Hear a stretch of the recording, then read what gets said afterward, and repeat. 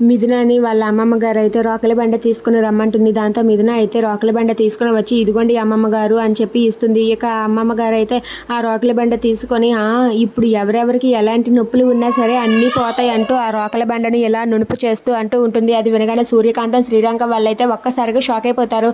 ఇక సూర్యకాంతం అయితే ఏంటి ఈ ముసలి ఇప్పుడు నాకు ఏమైనా పెంట పెడుతుందా ఏంటో అని చెప్పి కంగారు పడుతూ ఉంటుంది. ఇంతలో అక్కడ ఉన్న త్రిపుర అయితే ఇప్పుడు ఎవరెవరికి నొప్పులు ఉన్నాయో ముందుకు రండి అని చెప్పి అంటుంది. ఇక సూర్యకాంతం అయితే పిలక పట్టుకొని ముందుకు లాగుతుంది. దాంతో సూర్యకాంతం ఒక్కసారిగా షాక్ అయిపోతుంది. అది చూసి శ్రీరంగం, మిథున, దేవ వీళ్ళందరూ కూడా నవ్వుతూ ఉంటారు. ఇక అక్కడ ఉన్న సూర్యకాంతం కంగారు పడుతూ ఉంటే అది చూసి వాళ్ళ అమ్మమ్మ ఇలా అంటూ ఉంటుంది. ఇప్పుడు చెప్పవే, నీకు నడుము నొప్పి అన్నావు కదా, ఎక్కడ నొప్పి పెడుతుందో చెప్పు.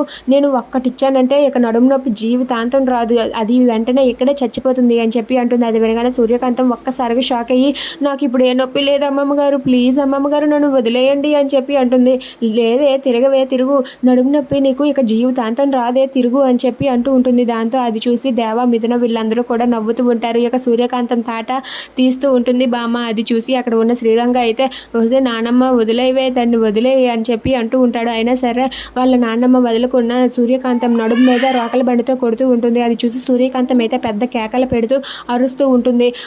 నన్ను వదిలేవే బేబీ, నన్ను వదిలే అని చెప్పి గట్టిగా అరుస్తూ ఉంటుంది. ఇది చూసి మిథున, దేవ వాళ్ళు నవ్వుతూ ఉంటారు. Please subscribe our channel.